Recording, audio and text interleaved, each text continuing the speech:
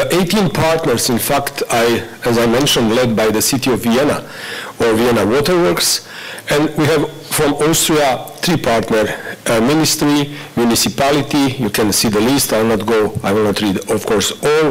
We have 3 partners from Slovenia, 1 from Hungary, 1 from Italy, 3 partners from Romania, from Bulgaria, 1 partner from Greece. There are 3 partners, and from Serbia, 2 partners, and 1 partner is from Croatia. Objective and task of this project, CC Waters, is climate changes and the water supply, impact on the water supply. In fact, the main idea is to try to first to make kind of the prediction of the possible impact of the climate changes on our resources and sources tapped for the water supply, which are very different in the region in the southeastern Europe. And the second, to try to develop some kind of the mitigation measures, or to prepare appropriate water supply management system which could amortize these negative effects of the climate change that is going to happen in the region. As I mentioned, the region is very diverse. It is including the Alps mountain, very high mountains in the Alp system, such in Austria or in Slovenia. Then Danube, middle and lower plains, as a Pannonian basin is, and large valleys in the central part of our countries. And finally, coastal area, which are also very vulnerable to the possible climate changes. This transnational approach is one of our general important base for our common work. Specific objective is to identify and apply adequate model to quantify the climate changes on the catchment scale, then to determine the drinking water availability under the conditions of these changes, to develop a proposal for measures that are suitable for economic and social aspects for the different countries in the region, and of course to share experience among the experts in the southeastern region, and in addition to raise awareness of the wider public and to promote a common approach towards sustainable transnational water management. Activities are applied in the regional test beds. In fact, every of the country identified the test beds or test area according to as I mentioned, this diversity of the different morphology, topography, water availability, and so on. So we have really different areas in our work. There are several working packages being defined for our. I hope it can at all to be read, but it's important. The titles of Working Package 3 is the climate change. It is in fact the base that is in fact forecasting the water availability. The next is the water resources assessment in accordance to the model that been developed in the climate change for different scenarios. Then it is coming land uses and water resources safety. This is another package. Then is going socio-economic evaluation. And finally, the last in this group is the water supply management measures, which is in fact should come as a result of our work. For first and the second work package, in fact, are including project management and coordination, as well as promotion of our achievements and the results.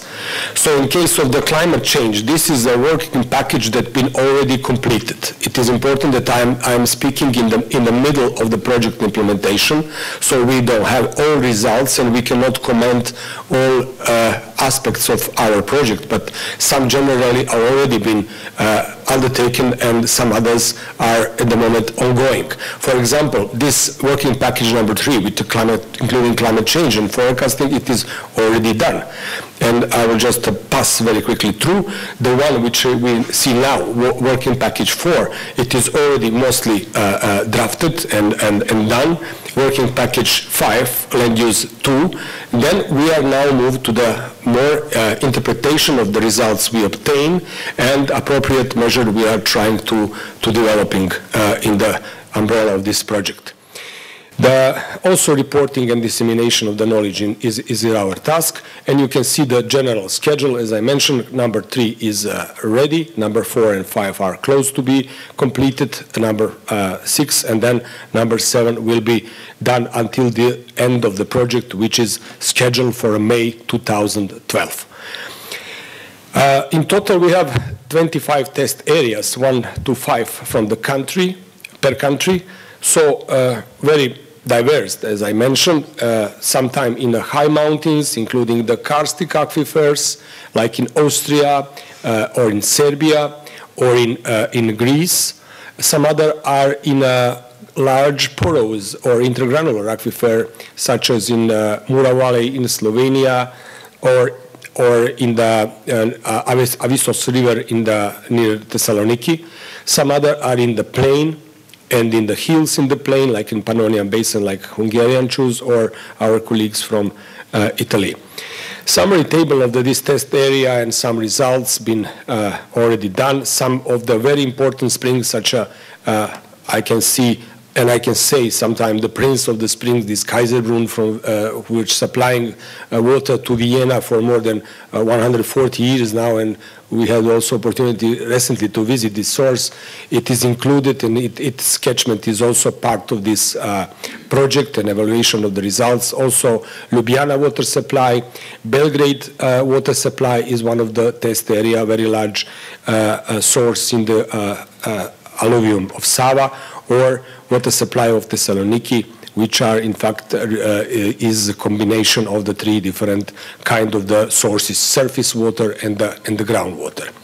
Under the climate change, in fact, we have one of the major and most important tasks, because this should provide the base for any further analysis. We did kind of the forecasting for different test areas, and based on meteorological data which been collected and the historical data for the period of in some cases, more than 100 years.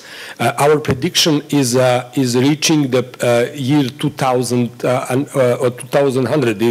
Is difficult for me to think about this area, so it's 2100. And it is forecasting how this will result with the temperature and the rainfall and the runoff components in the area. The models we use, in fact, was A1B scenario developed under IPCC program, and let's say this climate changes panel. And this is the, let's say, scenario which runs with the data available for the, in fact, 21st century, with the exception of some data for promise which are available just up to the mid of this period. The 2 characteristic examples I will just tell you. One is from the Eastern Alps, one from the Serbian Carpathian, that we have estimated that an increase of the temperature will be in the magnitude between 1 to 2.2 degrees centigrade, and in some area even up to 3.3, depending on the test bed and the test areas. This will result probably with I must say probably, because we know that we have always opponents and somebody who is objecting this analysis, that rainfall rate and distribution will be in fact not very different than is today, but we will have a different distribution. Longer period during the summer and the autumn months without the rain, which will be affecting mostly the vulnerable aquifers such as karst, and during the winter periods, we will have even increase of the precipitation, or a different kind of the precipitation, not anymore the snow in such a magnitude, but much more intensive rain and peak floods. So based on this input data, just let's see that in Romania and Croatia, we found that mostly affected will be in the eastern Romania and in the coastal area of Croatia. The temperature can even increase up to 3.6 degrees centigrade. Water resources availability and study for each test area has been done based on this input data. And there are several analyses and methodology that have been used. It's in fact coming from the Water Framework Directive of the European Union. So, and based on these results, we make kind of the assessment that some of the springs will, particularly in the karstic area, will reduce their discharges, even sometime annual average for about almost 30%. In some other cases, the effect will not be so strong, particularly in alluvium aquifer, which are sometimes very large, and there are relatively good water distribution throughout the year, but however, much more attention should be paid and much more practical ideas how to maintain the groundwater sources should be addressed to the stakeholders and to the utilities who are responsible for the water supply of the population and the industry. This methodology for determining water available resources, always including this ecological minimum flow for the downstream consumers. And in fact, it is based on the different models. Models for alluvium, of course, is completely different than those stochastic analyses that, for example, we implemented in case of the karstic spring and their discharge. From few figures like here, we can see this annual depletion, and we can see the seasonal reaction of the system. This is a result of the analysis of the Carpathian Mountains and the discharge of springs. We can see that in the already vulnerable and problematic summer and the autumn period, we will have much more intense decrease of the water availability, and during the winter time, we will have a little bit. This lower figure, a little bit even higher discharges of the springs. It means that what kind of the measures we can implement and regulate in this case. Regulation of aquifer could be one of the very important issues. I mean, we just discussed about the artificial recharge, or maybe some proper balancing of the resources and tapping the water throughout the year. The three sub-packages have been developed under VP number 5 for the land use, which is very important. So it means that we have to pay attention and preventively protect those sources and the catchment which are providing us the chance to have some other alternative sources in the region. And this is the typical analysis, DSPIR, which including the responses on the different impacts that can coming to and affecting our water resources.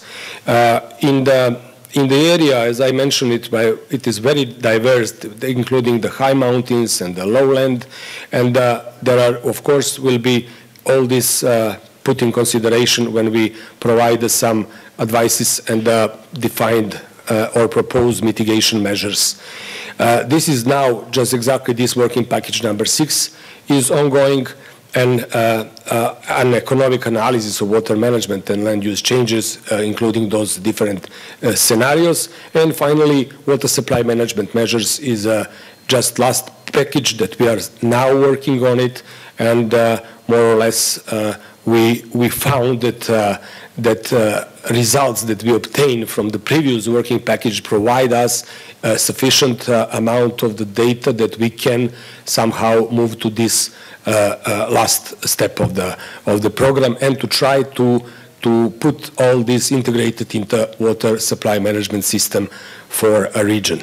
There is several already proposals being drafted for this program, and in fact I will complete this presentation by acknowledgement to the fund like ERDF and the Instrument for Pre-Accession Assistance, or IPA fund, who supporting this project and enable to a large group of the experts from the different country to work together, to change the opinions, and to share also experience from the different region. Of course, we have always pro et contra. This is how I will complete this presentation. Some are not supporting any more climate changes, or are very oppressed about their practical impacts on the water resources. Some other are forcing it at probably much more than is required. But of course, for the areas where we have already limited resources, we have to pay much more attention on their proper use and sustainable development. Thank you.